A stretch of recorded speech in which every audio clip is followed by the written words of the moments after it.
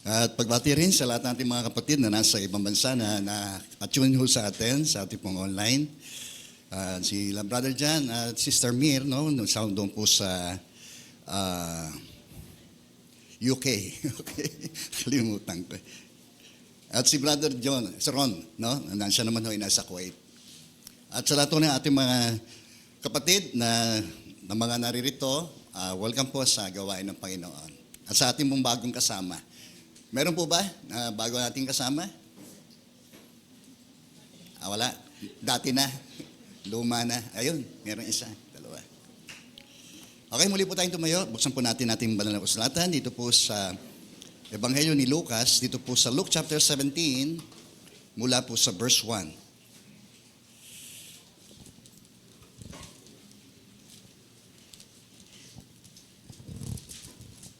Okay, kung naroon na po kayo, akin lang babasahin at inyo lang pong sundan. Ito po mga sanhi ng pagkakasala. Sinabi ni Jesus sa kanyang mga alagad, hindi mawawala kahit kailan ang mga sanhi ng pagkakasala. Ngunit nakapangingilabot ang sasapiti ng mga taong pinanggagalingan nito. Mabuti pa sa kanya ang bitinan ng isang malaking galingang bato sa leeg at itapon sa dagat kaysa maging sanhi ng pagkakasala ng isa sa mga maliliit na ito. Kaya't mag-ingat kayo. Kung mag-asala ang kapatid mo, pagsabihan mo at kung siya'y magsisi, patawarin mo. Kung makapito siyang magkasala sa iyo at sa maghapon at makapito rin siyang lumapit sa iyo at magsabing, nagsisisi ako, patawarin mo. Verse 5, sinabi ng mga apostol sa Panginoon, dagdagan po ninyo ang aming pananalig sa Diyos. Tumugod ang Panginoon, kung maging sinlakin man lamang ng butil ng mustasa ang iyong pananalig sa Diyos, masasabi niyo sa puno ng sikomorong ito na magbunot ka at matanim sa dagat at tatalima ito sa inyo. Tayo po yung manalangin. Muli aming Ama, nagpapasalamat po kami sa kaloob yung araw na ito sa amin. Salamat sa kalakasan at buhay pa rin naming taglay, Panginoon. At sa iyong biyaya, Panginoon, ay kami po ay patuloy na nabubuhay sa mga sandali pong ito. At hiling namin, nawa ang buhay na ito ay patuloy naming maihandog sa iyo sa magitan ng aming pong pakikinig, ng iyong pong mga salita, Panginoon. At hiling namin, Panginoon, na patuloy itong mangusap sa amin sa umaga pong ito. At dalhin kami nito tungo doon sa mas malalim po naming ugnayan sa iyo, Panginoon. Salamat po, Diyos. Taas mo ang iyong banal na pangalan sa aming kalagitnaan at gayon din sa magitan ng aming pong buhay. Ito po ang aming samot panalangin, kalakip Lord ang aming pasalamat sa ngalan po ni Jesus na aming Panginoon at aming pong tagapagligtas. Amen, amen. Sige po, tayo po yung makakapo na muli. Okay, patuloy pa rin po ang ating tema para po sa bampong ito, living a godly life. No? Yan ang magat ng atin hong mensayo ng Diyos sa umaga pong ito. Mamuhay na maka-Diyos na buhay. Amen. So ang Kristyano ay hindi lamang tayo naging taguri nito, kundi ito rin ay isang uri ng pamumuhay. Christianity is a lifestyle. No? Ito ay isang uri at paraan ng atin hong pamumuhay bilang mga Kristiyano. Dito ay kita rin ang ating Panginoong Jesus, yung kanyang maigpit na babala sa kanyang mga tagasunod na sila'y mag-ingat sa kanila pong pamumuhay, na huwag silang maging dahilan o sanhi ng pagkakasala ng kanila pong kapwa. Tunay nga po, no, yung sinabi niya rito na hindi mawawala, no, itong mga pinagmumulan o magiging sanhi ng pagkakasala, ngunit maaari po itong maiwasan. Yamang din lamang tayo po yung namubuhay dito sa makasalanang sanlibutan ito, lahat po tayo, no? Maging tayo po mga Kristiyano, ay nabubuhay tayo dito sa sanlibutan makasalanan at gayon din sa makasalanang mga tao. Okay? At kahit na ho tayo mga mananampalataya, ay hindi pa rin tayo ganon, masasabi po nating ganap, no? Yamang din lamang, no, tayo pa rin ay bilanggo, no, at alipin ng ating likas na pagkatao pong ito ay mangangahulugan din na tayo rin naman ay pinagkalooban ng Diyos ng kanyang kalikasan upang mapagtagumpayan natin ang masamang likas na ito ng atin hong pagkatao. Amen po. Kaya meron ho tayong pagkakataon, pag-asa na makamabuhay ho tayo ng maka-Diyos at nakalulugod sa Kanya. Okay? Amen po. Kaya nga, meron ako nabasa, no? Vertical living in a horizontal world, no? Na yung pamumuhay natin, vertically, no? Ay tayo po ay makapamumuhay na makadiyos dito sa sanlibutan ito. Purihin po ang Panginoon. At only the disciples of Christ, no, ang siyang meron ng kapangyarihan na makamamuhay na makadiyos. Amen. Okay, purihin po ang Panginoon. Sa una, dito po sa verse 1 to 3, si Jesus ay nag-warning sa kanyang mga disciple na huwag nga silang maging sanhi ng pagkakasala ng tao. No? Basahin ho natin. Sige. Sinabi ni Jesus sa kanyang mga alagad, tiyak na darating ang sanhi ng pagkakasala. So tingin po yun, katiyakan na kanya pong sinasabi na darating ang sanhi ng pagkakasala. Ngunit kakila-kilabot ang sasapitin ng mga taong pinanggagalingan nun. So, mabuti pa sa kanya na bitinin sa leeg ang isang gilingang bato at itapon sa dagat kaysa maging sanhi ng pagkakasala ng sinuman sa mga maliliit na ito. Kaya't mag-ingat kayo. Kung magkasala sa iyo ang kapatid mo, pagsabihan mo at kung siya'y magsisi, patawarin mo. So sa unang bahagi nito, nakita natin kung paano rin tayo magiging sanhi ng pagkakasala ho ng ating pong kapwa. Sa ibang salin ay mahigpit po ang pagkakagamit, yung pagkakatisod. Huwag tayong maging dahilan ng pagkakatisod ng ating pong kapwa. Yung pagkakatisod na ito o maging sanhi ng pagkakasala ay nangangahulugan ho na tayo'y naging taga-akay pa, no, ng ating pong kapwa tungo doon sa paglayo sa kalooban ng Diyos o paggawa ng kasalanan sa Diyos. Okay? So, tayo bilang mga mananampalataya, tayo yung tinuring na mga asin at ilaw ng sanlibutan. No, tayo ay dapat yung ating Christian influence ay maka-impluwensya tungo roon sa pagiging tulad ni Kristo. Okay? Amen. So ngayon, sa madaling salita ay tayo po ay maging GI, no, hindi po BI. Ano po yung BI? Bad influence. Sabihin nga natin, bad influence. Dapat tayo po ay GI. Amen. No? Tayo pong mga mananampalataya, tayo po mga nagpo-profess na tayo po yung mga Kristiyano, dapat tayo po ay mga good influencer. Amen. Wala nang amen. Ayaw nyo eh. Kaya nga, paano nga po ba tayo? No? Magiging katitisuran ng ating pong kapwa. So, paano paraan? Una, sa magitan ho ng ating mga sinasalita o sinasabi. Amen po? Yan. Sabi roon sa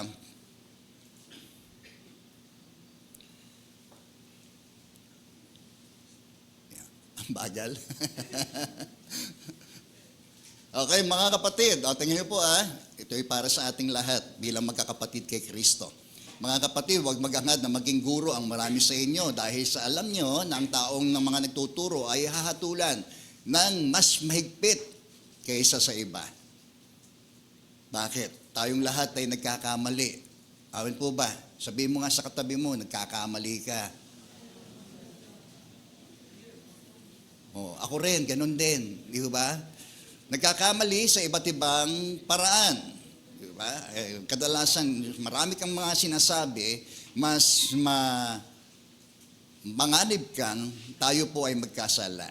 Kaya nga, less words, less mistake, di po ba? Yung tao ro masyadong masalita ay malapit sa pagkakasala. Amen po. Siyempre, ang ginagamit namang tool ng mga guro yung mga salita di po ba? Amen po. Yan. Sabi rin nga nung kawikaan, no? Ang buhay do at kamatayan ay nakasalalay sa kapangyarihan ng dila. Okay? Sabihin natin dila. Yan. Hindi naman pahabaan ng dila yan, no? Para tayo ho ay maging mabuting tagapangusap, no? Dahil sa labis na karupukan ng tao, madalas ho tayong magkamali kahit ho sa ating mga salita. Okay? At kung anuman ang lumalabas dito sa ating mga bibig, ay pwede ho yan, no? Na makahikayat sa ating pong kapwa tungo sa isang mabuti o masamang bagay. Amen po. So may influence din natin yung mga sinasabi, yung ating mga tinuturo, may influence ho yan. lalo na yung mga false teachers na ito, ng mga na noon pa man ay nanliligalig sa iglesia, sa mga iglesia. Okay? So ang sino mang hindi raw po nagkakamali sa kanyang pananalita ay isang taong ganap at marunong magpigil sa sarili. No, kaya nga yung kaliit-liit ng bahagi na ito, ng muscle na ito ay parang apoy daw, no? Na pwedeng magpadingas ng buong kagubatan. Ibig sabihin, kahit sa isang salita pwede kang maghasik, no, ng kaguluhan o kapahamakan sa iyong kapwa. Amen. Okay? Kaya nga, sabi roon sa isang bibig, no, nanggagaling yung pagpupuri natin sa Diyos at sa isang bibig din, nanggagaling ang panlalait natin sa ating pong kapwa. Ayun o, nakakalungkot. No? Sa bibig natin, pinoprofess natin na tayo po yung mga born-again Christians, pero sa bibig din natin, no, nanggagaling, no, yung mga panlalait po natin sa ating pong kapwa. O, ganun ko ba? Tanong mo nga sa katabi mo, ganun ka ba?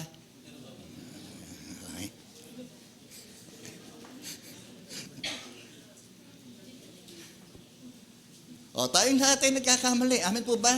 Kaya nga dapat maging maingat tayo sa ating mga sinasalita, no? Yung mga madadaldal, no? Mas malamang doon na magkasala ho siya, no? Sa pamamagitan ng kanyang mga sinasabi. Okay? Amen? Okay. So, sabi rin dito, pangalawa, by the way we think, no?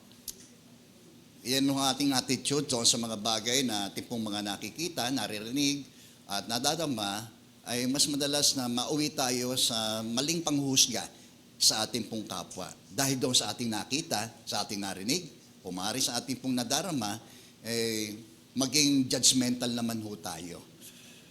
So, naalala ko yung minsan si Ana po. Si Ana po, yung story ni Ana, siya po ay isang baog, kasawa siya ni Elkanah. Wala ho silang anak. No, at ang kabaugan ho nung mga panahon yon ay isang sumpa na may tuturing, no, sapagkat ikaw ay isang baog. Subalit si Ana po, bagamat ay nakapagdulot pa ng higit na discouragement sa kanya dahil doon sa kanyang karibal, doon kay Elkanah, ng kanyang asawa, ay humiling ho siya sa Diyos, no. Minsan siya po'y naroon sa templo at humiling ho siya ng isang anak, no, na lalaki. Particularly, lalaki ho ang kanyang hiniling sa Diyos na siya po ay pagkalooban nito. Sa biyaya naman ho ng Diyos, na maghimala na talagang si Ana po ay nagdalang tao. Amen. At ito nga po ay sa katauhan po ni Samuel, na later on ay naging propeta ng bansang Israel. Okay? So, ang kagandahan ho noon na habang si Ana po ay nananalangin, nakita siya nito pong si Eli na noon ay siyang saserdote nung templo, no? Nakita siya na kikibot-kibot ang kanyang labi, no? Na tila parang may sinasabi. Na sa kanya nakita niya ito, akala ho niya na itong si Ana ay lasing. No? Yung saserdote ho yun, ha?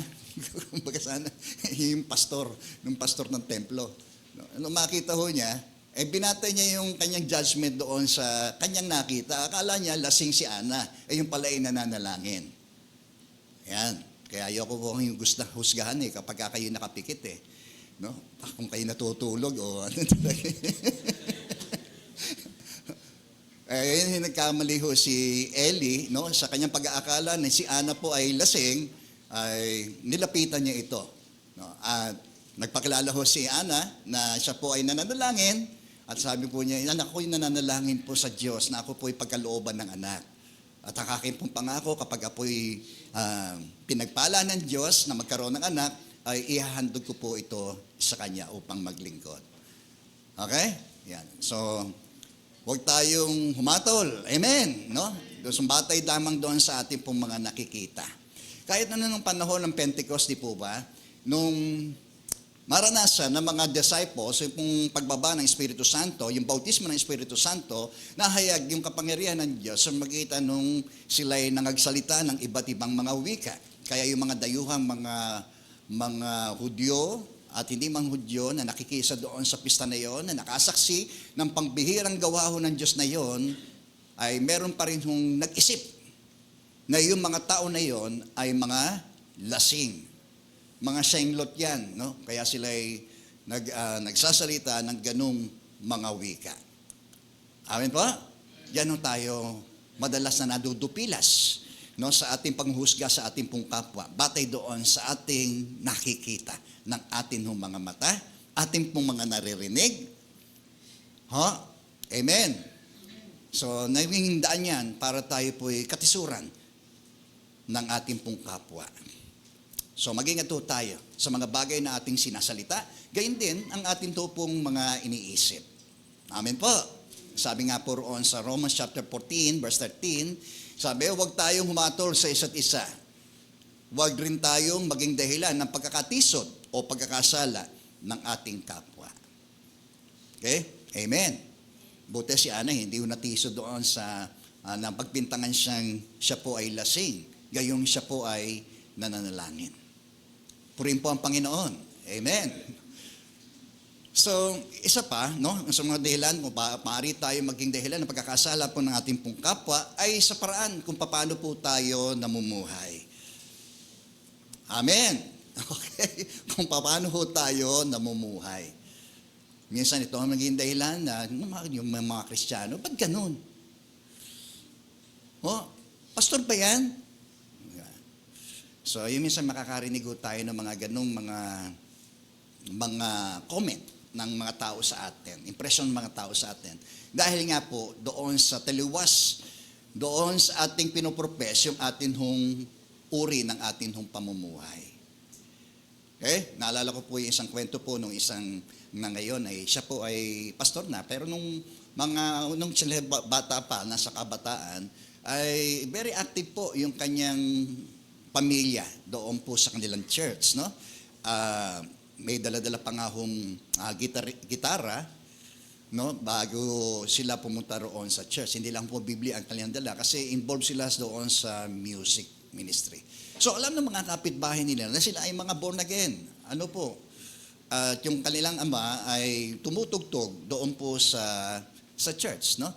Pero nung pagdating daw po ng hapon, no, naalala ho niya na uutusan siya ng kanyang tatay doon sa tindahan na bumili ng gin. Ngayon, naalala ni Pastor Roel yun. Bumili raw ng gin. No? So, bibili bilang anak. No? Pero alam niya, sila ay mga mananampalataya. Pero dahil sa ang tatay niya nag-uutos sa kanya na bumili ng gin doon sa tindahan, sumusunod naman ho siya. Okay? Masunurin ho siya. So, ang nangyari, siyempre nagkakaroon ng question yung tindera, no? Na umaga-umaga, bihis na bihis, tapos may dala-dala pa bit-bit na Bible, patungo roon sa bahay-sambahan, at tumutugtog pa, alam nila na tumutugtog itong kanyang ama sa praise and worship, at pagdating daw po ng hapon ay ganoon. Iba-iba. Ang uri ng pamumuhay doon sa kanilang sinasabi. Okay? Amen po ba? Hello? So dapat, kung ano yung sinasabi natin, o kung ano yung pinoprofess natin, okay, ay yun din ang atin hong ginagawa. Okay? Amen po? Yan. So by the way we live, no? Ay minsan huwag tayong maging dahilan ng katitisuran ng ating pong kapwa dahil lamang taliwas doon sa ating mga sinasabi ang uri ng ating pamumuhay. Okay? Kaya nagkakaroon ng pagkalito ang iba. Ang iba ay, nako, banal-banayod. No? Yang mga yan. So, ayun na nga kasi, kahit yung iba ay hindi dapat madamay, nadadamay ang lahat. Di ba? Hello? Kasi ganun pamumuhay ng iba, ganyan pa tinuturo ng mga ng pastor nyo. Di ba? Minsan makakarinig pa ho tayo ng ganun. Okay? So, mag-ingat po tayo. Amen po ba?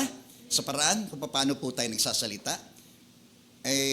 Para daw po yung lason, di po ba? Hindi na daw ating kailangan pang mag-take ng maraming dosage po ng mabagsik na lason. kahit gapatak lang, no, ay pwede nang ikamatay ng tao. So kahit ang isang salita, pwedeng magwasak ng pagkakaibigan, no, relasyon ng magkakapatid. Amen po ba? Amen po ba? Kahit sa isang salita lang. Tingnan niyo po yun. Ay supisyente na para magwasak ng isang maganda at mabuting samahan. So ingatan natin, ating mga sinasabi, lumalabas sa ating bibig. Sabi nga dapat dahan-dahan tayo sa pagsasalita, matuto tayo makinig. Amen po ba? Bago tayo mag-react. No? Huwag din tayong mahatol sa ating pong kapwa. Sa gayon sa ating mga isip ay nahatulan natin ating kapwa, batay doon lamang sa ating pong nakita at narinig sa sinasabi ng ating pong kapwa. Di naman. Okay? By the way, we live. Sa paraan kung paano po tayo namumuhay. Ang pagiging Kristiyano ay hindi lang ating bansag, no? Taguri sa atin dahil tayo po'y nakipag-isa kay Kristo, kundi tayo po'y namumuhay ayon sa kautusan ni Kristo. Purihin po ang Panginoon. Okay, sige, tuloy ho natin. No? Sinasabi rin, ngunit mag-ingat kayo, baka ang paggamit ninyo ng kalayaang kumain sa anumang pagkain ay maging sanhi ng pagkakasala ng mga mahihina pa sa paniniwala. Ito may kinalaman doon sa, pwede pa bang kumain ng mga pagkain handog sa mga Diyos-Diyosan? Kaya siya isang mananampalataya, ay kakain ka ba nung pagkain hinihain sa iyo na alam mo na yung pagkain na yon ay inihain sa Diyos-Diyosan ng mga pagano? Pag sinabi natin pagano, yung mga sumasamba sa mga Diyos-Diyosan. Di ba? Di ba? Kahit yung mga di ba, sa ating kulturang pananambahan ay ganyan din ang mga ginagawa ng iba sa ibang mga reliyon. Kung ikaw ay isang mananampalataya at kung ikaw ay ahinan ng mga ganung uri ng mga pagkain, kakain ka ba? Okay? Minsan usapin pa yan, Pastor, bawal bang kumain ng dinuguan? Sino rin na nagsasabing pwedeng kumain ng dinuguan? Taas ang kamay. Parang ayaw nyo. So, yung bagay na yan, tagal ng argumento ho yan. Ano ho? Yung sinasabi rin ng Bible, yung sinasabi sa Old Testament na ang dugo ay ano ho yan, no? Kahit pakuluan mo ng pakuluan yan, hindi ho namamatay yung bakterya ho niyan. No? At ang dugo ay transmittal ho yan no? Ng mga sakit. No? Kaya, wag daw po tayong kumain ng dugo. Okay? Amen po? Nandiyan po tayo. So, balansin din naman natin. Yung sinasabi ni Jesus, no? Yung sinasabi, hindi yung pumapasok sa bibig ang nagpaparumi sa tao. Kinakain. Ibig sabihin, kinakain niya, no? Pumapasok sa kanyang tiyan at later on ay idinudumi. Kundi hindi pong mula ron sa loob, no? Patungo ron sa labas ang nagpaparumi sa tao sa kanya mga sinasabi. Kasi galing doon sa loob. Okay? So sa makatwid baga, may mag-isasabi na pwede natin kainin ang lumang uri ng pagkain. Na ito naman daw ay pinagpasalamat natin sa Diyos, di ba? Sapagkat darating din daw yung panahon na kung saan ipagbabawal daw yung ilang uri ng pagkain, maging yung pag-aasawa ay ipagbabawal daw po ng iba. Pero sa ating mga mananampalataya, kung saan tayo nag-i-stand sa ating conviction, pag sinabi natin conviction kung ano yung tama, matuwid, na gawin ho natin, yon ang ating tayuan. Regardless na sinasabi ng ibang tao. Kasi nagiging kautusan sa atin para sa yun. Okay? Kaya ito yung sinasabi ni Paul dito, kung natitisod ang yung kapwa, sa iyo wala. Walang bumabagabag sa iyong budi. Kumain ka man noon ng mga pagkain, handog sa Diyos-Diyosan, pwede. Dahil wala naman babagabag sa budi mo Dahil alam mo, na yung mga pagkain na yon ay pinanalangin mo at yon ay nilinis ng Diyos. Pwede mong kaining malaya, personal. Amin po ba? Ngunit, sinasabi ni Paul na huwag yung sariling budi mo lamang ang intindihin mo, kundi yung budi ng iyong kapwa. Na may makakita sa iyo na mahina pa sa pananampalataya, ay makita ka na kumakain ng ganong klase ng pagkain inihandog sa Diyos-Diyosan. Si pastor kumakain? Nakikipiesta? Diba? Nakukuha niyo ba? So, yung sinasabi ni Paul, kung ito ang magiging dahilan ng pagkakasala ng mga mahihina, huwag ka nang kumain. Okay?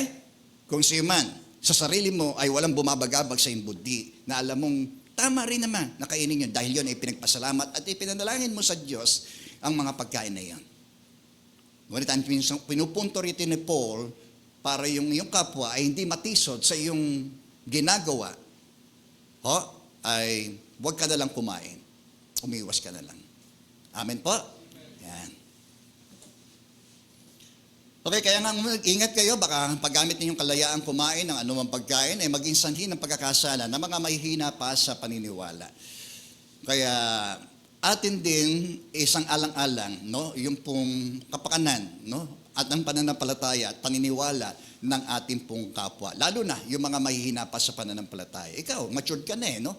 Pwede mong ano yun sa iyong sarili. Wala kang ginagawang kasalanan sa pamagitan yon. Pero yung ginagawa mo para sa iba na nakikita sa iyo, na alam nila na yun ay isang maaring kasalanan para sa kanila, huwag mong nga gawin. Okay? Nakukuha niyo po, yan ang ibig sinasabi ni Paul. No, doon sa umiwas tayo sa mga ganong uri, na maging sanhi tayo ng pagkakasala, na mga mahihina pa sa pananampalataya. Okay? Sige po, tuloy ho natin. How to keep from becoming a stumbling block. No, paano natin ang atin hong mga sarili na maging katitisuran. Hindi tayo maging katitisuran ng iba. So paano raw tayo hindi magiging katitisuran ng iba? Dito sa ating binasa ay inakita ni Jesus, no, sa kanyang mga disciple na sila ay maging mapagpatawad. Amen po ba?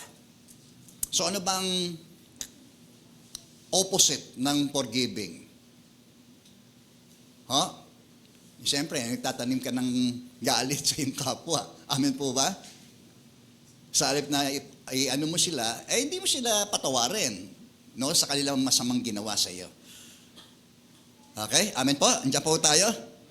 So, yung iwasan natin, yung pong magbilang, no, ng mga pagkakasala po ng ating pong kapwa. At iwasan din natin maglimita ng pagpapatawad sa kanyang mga kasalanan. Sabi nga rito, kung 7 beses na maghapon, isipin niyo maghapon na nagkamali ang yung kapatid o yung kapwa sa iyo at humingi siya ng tawad sa iyo, sabi, patawarin mo rin siya. Kung siya ay nagsisisi. Amen po ba? Inaabuso na ako Minsan ganyan ang dating sa atin di ba? Pero gayon pa man, bilang isang Kristiyano, mahalaga na hindi ho tayo nagbibilang ng mga grudges natin ng ating pong kapwa. Di po ba? Amin po ba? Huwag nating bilangin yun. Tingnan mo yung katabi mo. Sigurado, kahit anong bait niyan, minsan nagkakamali rin ho yan. Magkakamali sa iyo yan. Tingnan niyo ako.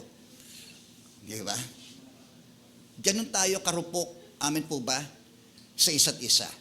Kaya mahalaga na bilang mga Kristiyano, mahalaga na marunong tayong magpatawad. No? At yung batayan ng ating pagpapatawad ay yung pagpapatawad ng Diyos sa atin.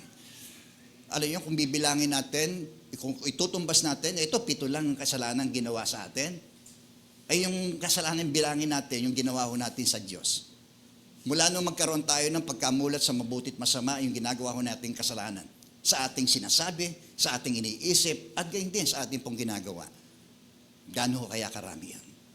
Kaya walang sino mang karapat-dapat sa paningin ng Diyos. Walang aariing matuwid sa harapan ng Diyos sapagkat ang lahat ay nagkasala. Amen po? Kung magbibilangan tayo ng ating mga kasalanan, ay talagang hindi ho kakasya sa lugar na ito. No? Maaring sa aking lamang kasalanan ay aapaw na ang lugar na ito sa aking pong mga nagawang mga pagkakasala. Pero salamat sa Diyos, no? Na kaya nga kung tayo po ay patawad sa mga taong nagkasala po sa atin, na maging batayan ng ating pagpapatawad sa ating kapwa ay yung pagpapatawad ng Diyos sa atin. Pinatawad tayo ng Diyos sa marami nating mga kasalanan. Sa hindi mabilang nating mga nagawang mga kasalanan. Pinawalang sala tayo ng Diyos. Amen? Amen. So, huwag din tayo mag-iwan ng guilt, no? O yung sumbat ng buddhi doon sa mga taong nagkasala po sa atin dahil hindi natin sila pinatawad. Okay? sa hindi rin naman natin pagpapatawad, sa ating parte, ay tayo rin ay magiging bilanggo. Ano tayo? Saan tayo magiging bilanggo? Bilanggo tayo ng hinanakit. Diba? Ng kapaitan. Diba? Galit na galit ka eh. Diba? Gusto mo gumanti. Diba? Yung pa iniisip natin eh. Dahil doon sa ginawa sa atin eh. Diba? O sino ba nang pipinsala nun? Unang-una, yung mga tao na yon. Nasa halip na maakay ho natin sila, palapit kay Kristo, nagiging dahilan pa. Dahil sa kawalan natin ng pagpapatawad sa kanila, pag-aabot ng habag ng Diyos sa kanila, lalayo sila sa kalooban ng Diyos. Amen po? So, by forgiving, para hindi tayo maging stumbling blocks sa ating mga katitisuran sa ating kapwa, ay tayo po'y magpatawad sa mga taong nagkakasala po sa atin. Kaya nga sabi roon, sige, basahin natin, 17, verse 3b, kung magkasala sa iyo ang kapatid mo, pagsabihan mo. So, brothers keepers, amen po ba? Sister keepers, di po tayo. Kung magkasala sa iyo ang kapatid mo, sabi, pagsabihan mo. No, it's our duty na sabihan natin siya.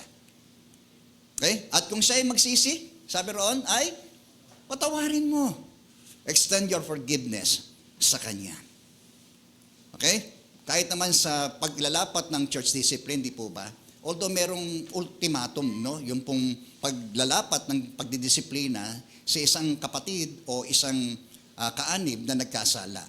Una, sabi kung nagkasala ang kapatid mo, puntahan mo, personal. At mag-ingat ka, baka ikaw na may matukso at kayo naman na mag-away. Kung siya ang nagkasala sa iyo, puntahan mo. Di ba? Bago raw maghandog sa Diyos at maalala mo yung sama ng loob ng kapatid mo, iwan mo muna yung handog mo, makipagkasundo ka muna sa iyong kapatid. Amen po ba? At saka ka, magbalik at maghandog sa Diyos. O kung siya naman ang offender, no? Sabi rito, siya ay puntahan mo personal at iyo pong pagsabihan. Ngayon, minsan para sa si Jaworski, defensive pa. No? I-deny to death pa niya yung kanyang ginagawang pagkakamali. So sabi roon, magsama ka ng mga saksi na magpapatunay na yung kanyang ginagawa ay nakakaapekto sa patotoo ng iglesia. Nandiyan pa ba tayo? So para may pagpatunay na yung kanyang ipinagkakailang ginawang pagkakamali na yun, pagkakasala, na nakakaapekto sa magandang patotoo ng church, ay mapatunayan ng mga saksi. No, at sadyang meron pa rin ho talagang matitigas na ayaw tanggapin. No? So, yun naman mga napakahirap. No? Na pinaka-ultimate na maaari po natin magawing discipliner on ay itiwalag siya. No? Kasi kung identify pa rin siya sa atin, gano'n pa ang iingatan natin ay yung pong sacredness, yung holiness ng church. Amen po? Hello, nandiyan po tayo. Okay, yun ang pinakamahirap. Ano niyo po? Kaya sa simula pa lamang talagang kung yun man ang magiging proseso hanggang sa dulo ay mahirap mang gawin, pero kailangan gawin upang mapangalagaan ang kasakdalan at kabanalan ng iglesia. Amen po? Yan. Purihin po ang Panginoon. So, mag-extend tayo ng forgiveness sa ating pong kapwa. Huwag tayong mag-limit, no? Kaya ang sabi ni Pedro, no? Panginoon, pakailang ulit ko bang patatawarin ng aking kapwa kapag siya'y nagkasala sa akin? Makapito po ba? 7 is a number of perfection, no? Kala niya kasi ang hinihingi lang ng mga Pariseo ay 3 beses. No, siya ay nilakihan pa niya ang bilang at sinabi niya kung 7 beses nagkasala, 7 beses ko lang ba siya patatawarin? Ang sabi ng Panginoon sa kanya ay i-multiply mo pa ng 70 times 7 na para bagang huwag kang maglimita ng bilang ng pagpapatawad mo sa iyong kapwang nagkasala sa iyo. Yun ho ang habag ng Diyos sa atin. Be Christ-like. Di po ba? Kahirap, no? It is a sacred act. Sabi nga, forgiveness is a sacred act. Talagang, Diyos lamang talagang makagagawa sa pamamagitan natin ng mga bagay na yon upang tayo po'y mag-extend ng ganung uri ng pagpapatawad sa mga taong nagkasala po sa atin. Okay? Amen po. Palapakan muna natin si Lord. Okay? Ano pa? Para tayo malayo na maging katitisuran ng ating pong kapwa. Sabi, kung 7 ulit siyang nagkasala sa iyo, maghapon, 7 ulit din siyang lumapit sa iyo at sabihin niyang, nagsisisi ako, dapat mo siyang patawarin. Si Jesus na ho nagsasabi nito. Sa atin. Sa atin din naman. Sige po. So, pangalawa, para tayo hindi maging katitisuran ng ating pong kapwa, ay sa magitan ng atin hong pagpapalakas, no, ng loob sa kanila na magkaroon ng pananampalataya. Nabasa ko natin ito sa chapter 17, verse 5 to 6. Sinabi ng mga apostol sa Panginoon, dagdagan po ninyo ang aming pananampalataya. So, yun, maging motivator tayo, maging encourager tayo sa mga mahihina pa sa pananampalataya. Amen po? Yan. Hindi ho tayo yung para ano yung sila na kondenahin, no, doon sa kanilang maaaring mga hindi pa tamang gawain. Ang mga bata pa sa pananampalataya pa ay mga taong makalaman pa ho yan. Hindi naman agad-agad nakita natin yung lubos na pagbabago talaga sa buhay ng mga bago pa sa pananampalataya. Amen po ba? Tayo rin naman doon galing Di ba? Ganon din tayo nung una. Ako nga mga unang-unang mga buwan ko sa Panginoon no? Dumadalo ko rito, doon pa sa Dampalit ng aming pong gawain puro, no? Sumasamba ko doon tuwing linggo na umaga at pagdating ho ng hapon, nagsisimba ko doon sa aming doon sa San Bartolome. Doon ako sumasamba. Noong mga panahon yon, medyo ano pa tayo, bata pa tayo sa pananampalataya noon. Kaya yung pagsisimba ko roon ay pakitang tao. Gayun din, no? Mula doon ay parang gano'n ang aking motibo. Okay? Amen po? Minsan pa na naging dahilan ng aking pagpunta roon ay si Sister Juliet Hindi si Jesus, si Juliet. Mga kabataan, baka pupunta lang kayo sa church dahil meron kayong tinatarget na ligawan.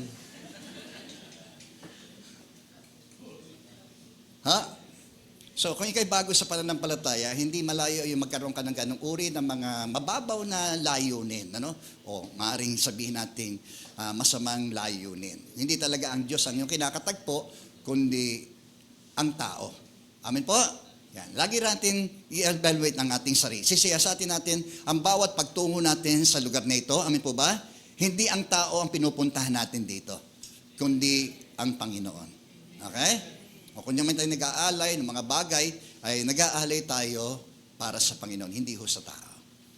Kaya sinabi ng mga apostol sa Panginoon, dagdagan po ninyo ang aming pananampalataya. Be an encourager, motivator. Di ba? Kahit si Jesus, ginawa ho niya sa kanyang mga disciples. No? Palakasin ang kanilang pananampalataya. I-encourage sila. No? Sabi nga niya, yung mga bagay na ginawa ko, ay magagawa rin ninyo. At higit pa dito sa mga taong may pananampalataya sa Kanya. Di ba? Greater things you can do, sabi roon ni Jesus. No? Higit pa dito sa aking mga ginawa na ito. Kasi humanga sila doon sa mga pambihirang kababalagan, himala na ginawa ho ng ating Panginoong Jesus. Pero sinabi nila sa kanila na magagawa nyo ang higit pa rito, lalo na sa mga taong may pananampalataya sa Kanya. Okay? Palakpakan muna natin si Lord. Okay? Kaya nga, tumugon ng Panginoon, kung ang inyong pananampalataya ay sinlaki ng butil ng mustasa, masasabi niyo sa puno ng sikomoro, mabunod ka at matanim sa dagat, at susundin kayo nito. Tingin niyo po yun? Purihin po ang Panginoon. We can do all things through Christ. No? Yan yung sinasabi ng Panginoon sa atin. Magagawa natin ang lahat ng bagay sa pamamagitan ni Kristo na siyang nagpapalakas sa atin. Okay? Amen. So, huwag tayong maging ma-discourage, di po ba? Madalas kasi ay yun ang nangyayari, no? Kapag ang majority ang ating tinitingnan. Di ba? Kung tutusin, talagang kung tayo may dumarami, ang bilang ng mga nagiging mga Kristiyano, mas marami pa rin, no? Ang mga nasa ibang pananampalataya. Amen po? Ano tayo sa bilang ho natin dito? Kumpara nga lang doon sa mga taong namamasyal sa ibang lugar. Yung linggo na dapat ay nandoon sila sa bahay ng sambahan, ay nandoon sila sa pasyalan. No? Hello, nandiyan po tayo. Okay? Well, kaya nga, saan sinasabi na magkaroon lang kayo kahit sinlaki ng butil ng mustasa. Maliit lang ho yun, pero lumaki ho yun, no? Yung mayabong. Nakakasilong po roon, no? Ang mga ibon, no? Doon po sa laki ng mga dahon po nito. Masasabi niya sa punong ito ng sikamoro, mabunod ka at matanim sa dagat, at ito ay susunod. So huwag tayong maging discourager, kundi tayo po ay maging encourager. No, naalala ko po yung 10 mga tiktik, o 12 mga tiktik na pinapunta ni Moses doon po roon sa Kanaan upang tiktikan yung lugar na yon. Tingnan nila yung lupain, kung mataba. Yung mga taong namamayan doon, yung mga muog na mga nakatayo roon. Okay? Manman na nila yon. No? At alam natin na ang pagbabalik ng mga 12 tiktik na yon, yung 10 ay nagulat ng masama. Ang sabi nila, hindi natin kaya. Bagamat nung una sinasabi na masagana yung lupain doon. Hindi na magugutom ang ating angkan doon. Di ba?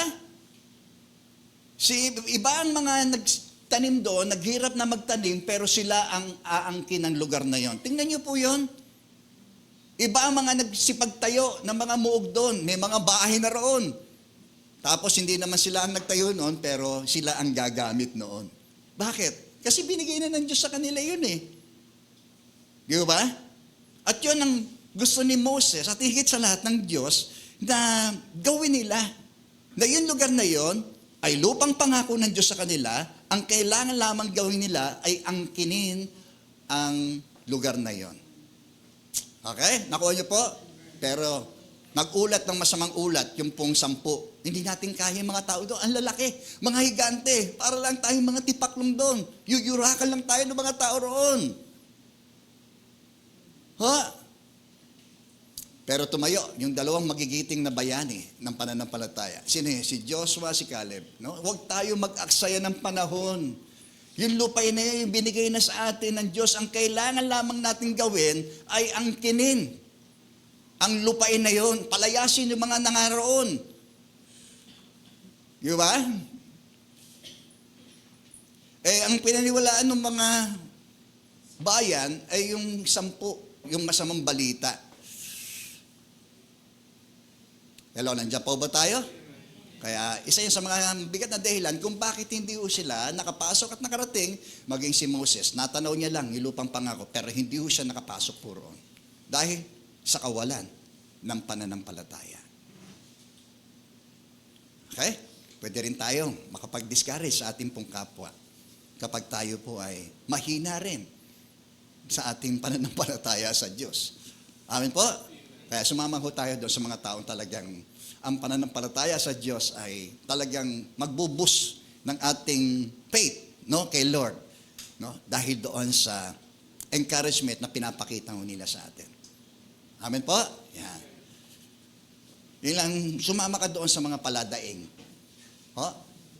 Nakaranas ba kayo mga madaingin? No, laging dumadaing sa inyo. Di ba? Nakaka-drain, di po ba? Alam niyo yun?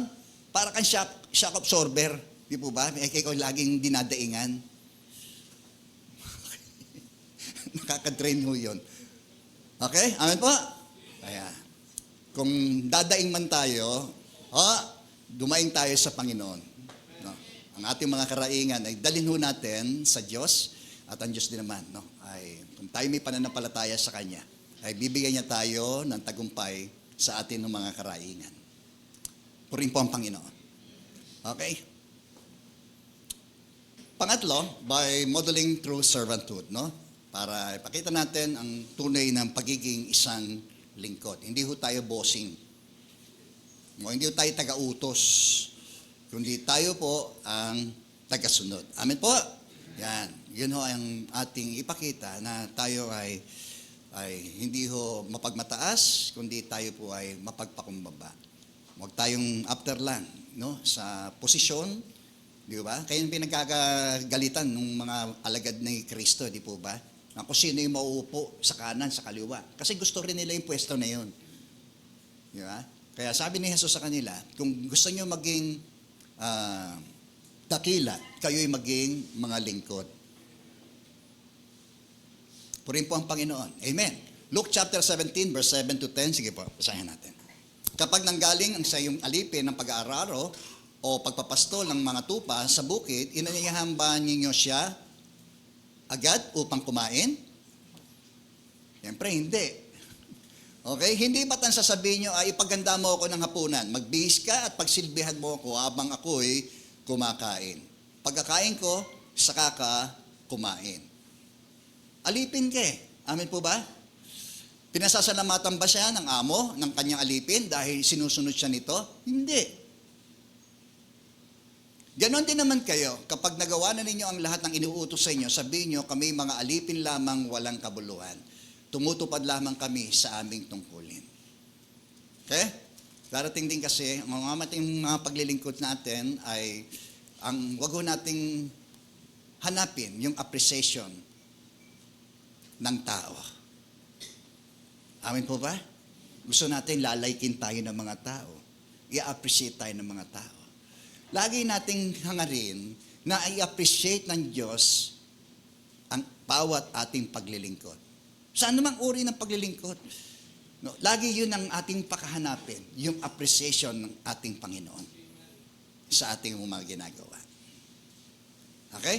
Amen po? Yan. Sa ganoon, pagka tayo labis na tumatanggap ng na-bless kami na-bless kami sa iyo. Di po ba? Mas malamang na matukso tayong angkinin yung gloria sa halip na sa Diyos natin ibalik. Learn to be a servant. Tayo po'y mga lingkod lamang. Okay? Amen po. Magkaroon tayo ng ganung uri ng kaisipan, kalooban, at puso. Tayo po'y mga lingkod lamang ng Diyos. Okay? Amen po. Yan. Hanggang sa gayon, mga tao na yan, masyado mapagmataas. Di ba? Katitisuran tayo ng mga tao. Di ba? No. Hello? Okay. So, ganun din naman kapag kayo ay nagawa ninyo lahat ng inutos ko sa inyo, sabihin nyo, kami mga aliping walang kabuluhan, tumutupad lamang kami sa aming pong mga tungkulin. Okay, sige, sumunod po. So, by being grateful, no? Dito po sa Luke chapter 17, verse 11 to 19, sa paglalakbay ni Jesus papuntang Jerusalem, nadaan siya sa hangganan ng Samaria at Galilea. At habang pumapasok siya sa isang nayon na yun, sinalubong siya ng 10 ketongin. Alam na natin itong storyang ito. Amen. Tumigil ang mga ito sa may kalayuan at sumigaw, Jesus, Panginoon, mahabag po kayo sa amin. Pagkakita sa kanila ay sinabi ni Jesus, lumakad kayo at magpatingin sa pare. Tingin niyo po, binaliwala ba sila ni Jesus? Hindi. Amen. So, ang mga ketongin, ang mga outcast ho yan, ibig sabihin, mga itinakwil ng lipunan ho yan. Kadalasan, nagsasabi pa sila, yung itong ganitong uri ng pangungusap na marumi ako, sisigo ka, para malalaman ng tao na ikaw ay isang taong may ketong. Di ba? Kaya yung social barrier na yon talagang napakahirap sa mga taong dumaraan dito sa ganitong uri ng karamdaman. Pero gayon pa man, nakita natin, si Jesus ay is not a respecter of person. Yun ang kagandaan sa ating Panginoong Jesucristo. Amen po? Na dapat din, hindi tayo namimili ng mga taong ating babahaginan ng kanyang mga salita. O kung sino man, huwag nating tatatuhin lamang ang mga mabubuting mga tao o yung mabuti sa atin, ang tatatuhin din natin ng ganong uri ng kabutihan. Okay? Tratuhin natin ang lahat ng tao, lahat ng uri ng tao, masama man siya, mabuti man siyang tao, no, gaya ng pagtrato ng Diyos sa atin. Okay? Amen po? Kaya, at sila ay inutusan, humingi sila ng kahabagan sa ating Panginoong Hesus. At sila naman ay itinuro ng Panginoon doon sa pare o sa saserdote. Ganun po ang tuntunin sa mga tao pong may ketong. Leviticus chapter 13 o 11, 12 nga makita ho natin doon, yung mga tuntunin na dapat gawin ng isang taong may ketong. Pasusuri ang mga ito sa mga saserdote. Ang saserdote hindi lang tumatayong spiritual na mga tao, kundi mga doktor din, no? Tila parang ganun ang trato sa kanila, sa mga may kaso ng mga taong may ketong. Kaya ang nangyayari, no, ito yung sinabi ng Panginoon sa kanila, pumunta kayo roon, sundin niyo yung ayon doon sa kautusan ni Moses. Kaya tingin niyo po, umakto sila doon sa sinasabi ni Jesus na gawin nila. Ano yun? Pasuri sila sa saserdote? Pwede naman niya sabihin, Panginoon, kahit hindi na ho kami pasuri, kaya niyo kaming pagalingin. Pero dahil doon sa sinabi ni Jesus na yon, na dumaan sila sa proseso na yon bago sila gumaling, okay? Nagpasuri sila at sila ay pumayo upang tumungo roon sa mga saserdote upang magpasuri. At sabi roon, habang sila ay naglalakad, ay silang lahat ay gumaling at luminis. Purihin po ang Panginoon. Si Jesus ay nagpapagaling. Okay? Purihin po ang Panginoon. Batay sa ating pananampalataya sa Kanya. That's healing faith. Yung kanilang pag-akto ng kanilang pananampalataya ay nung sila ay lumakad. Di po ba? Patungo roon dahil doon ang direksyon na sinabi sa kanila ni Jesus. Okay? Kaya anong nangyari? Sumunod. At namapo ng isa. Tingnan niyo po na siya ay magaling na, siya ay nagbalik, na siya nagsusigaw ng pagpupuri sa Diyos. Sa 10 na yon, okay, isa lamang ang nagpasalamat. So ano ba ang opposite ng gratefulness? Ano? Ungratefulness, di ba? Kawalan ng pagpapasalamat sa Diyos. Okay? So, namapo na ng isa, siguro, overwhelmed siya doon sa nangyari sa kanya, nagbalik siyang sumisigaw ng pagpupuri sa Diyos. Nagpatira pa siya, tingin po, yung gesture na ginawa ho niya, nagpatira pa siya, nagpakumbaba siya sa paanan ng ating Panginoong Hesus at siya ay nagpasalamat. At ang taong ito ay isang Samaritano. Mixture of race ito. Okay? Ibig sabihin, itong mga Samaritans na ito, hindi nakikitungo sa mga Hudyo. At ang mga Hudyo, hindi nakikitungo sa mga Samaritano yan. No, para sa kanila, mga ano yan, mga itinakwil ho yan. Hindi ba't 10, sabi ni Jesus, ang pinagaling, tanong ni Jesus, nasaan ang siyam, wala bang nagbalik upang magpuri sa Diyos, kundi ang dayuhang ito. So, expectation, yung pang mismong mga, sabihin na natin mga Kristiyano, ang magpapasalamat sa Diyos, ay yung pang hindi Kristiyanong ito, ang nagpasalamat sa Kanya. Okay? Amen po? Minsan, dyan tayo napupulaan No? Minsan, mas mabuti pa yung hindi mananampalataya kaysa mananampalataya. Tama ba yun? Dahil, mas mabuti pa yung hindi mananampalataya kaysa doon sa mananampalataya. Naku po, napakasakit nun, Kuya Eddie. Na maringgan ho sa atin. Na kaning katitisuran tayo ng iba dahil hindi tayo marunong magpasalamat. We are very ungrateful people. Okay? Amen po? Yan. So, isang paraan yung pagpupuri natin, bilang pagpapasalamat ho natin sa mga bagay na ginawa ho ng Diyos sa atin. Ang pagsamba ay ito yung expression ng ating pag-ibig sa Diyos. Okay? Yung pagpupuri is an expression of our ating thanksgiving. Pagpapasalamat sa mga bagay na ginawa ng Diyos sa atin. Amen po ba? So, tingin nyo, kaya nga sabi ni David na purihin mo kaluluwa ko ang Diyos sa mga bagay na ginawa niya sa akin. No? Ako'y kanyang iniligtas.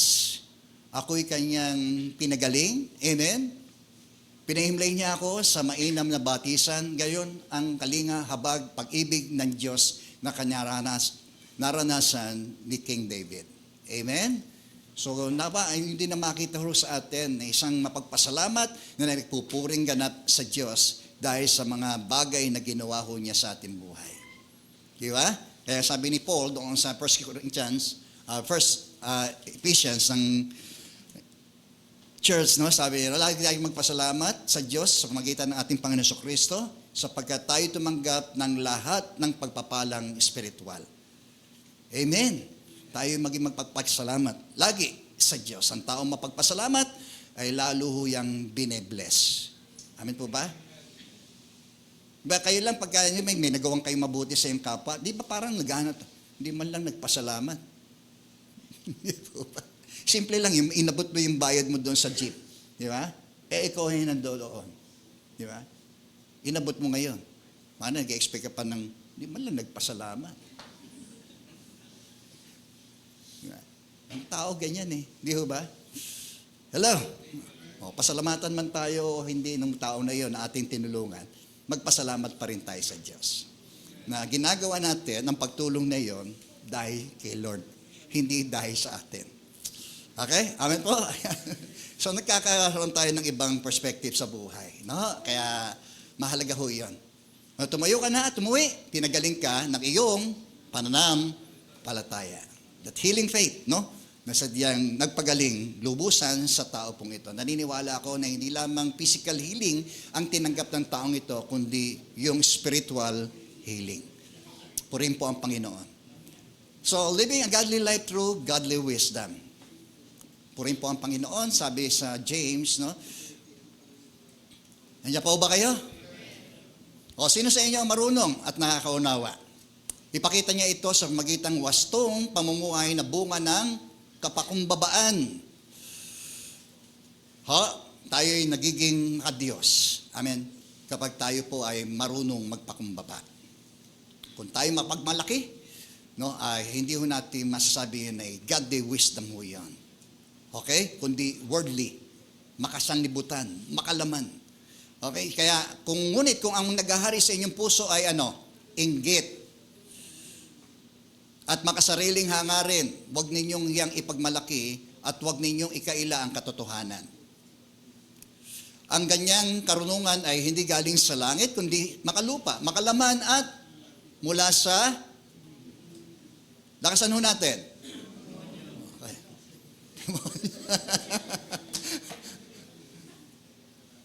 Amen, no? Sapagkat saan man naghahari ang inggit, makasariling hangarin, naghahari din doon ang kaguluhan. Totoo po yan. Diba? Lahat ng uri ng masamang gawa.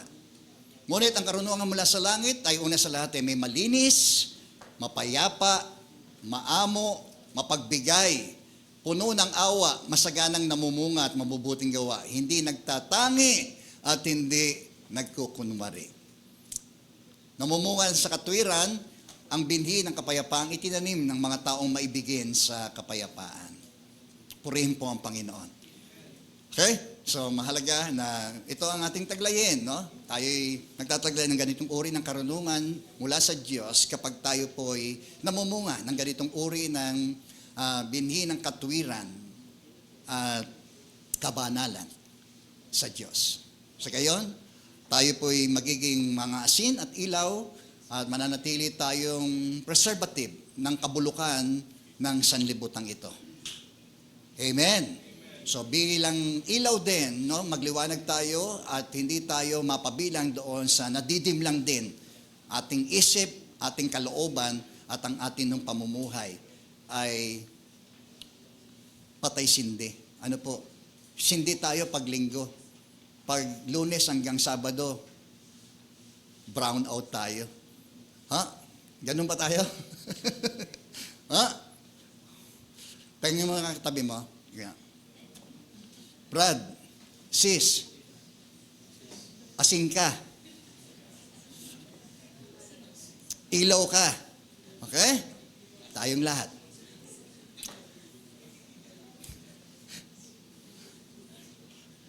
Pastor, nabubulok na nga ako eh. Kaya kailangan kong asnan para hindi tuloy ang mabulok. Diba? Kailangan ko rin ng source ng ilaw, walang iba si Kristo. Nang sa gayon ako ay patuloy na magliwanag sa harapan ng aking isang bahayan, no? Sa harapan ng mga taong nakakasalamuha ko sa araw-araw. At doon, tayo, sisibol, magbubunga kung saan tayo itinanim. Magbubunga ang mga binhi ng katwiran na ito, ng kabanalan, na makadiyos na buhay at pamumuhay sa magitan ng ating sinasabi, iniisip, at gayon din sa atin ng mga ginagawa para sa kaluwalhatian ng Diyos. Amen. Tayo po'y manalangin. Dakilang Diyos, aming Ama, muli po kami nagpapasalamat sa kaloob ng mga salitang ito. Naniniwala kami personal na nangusap po kayo sa amin, Panginoon.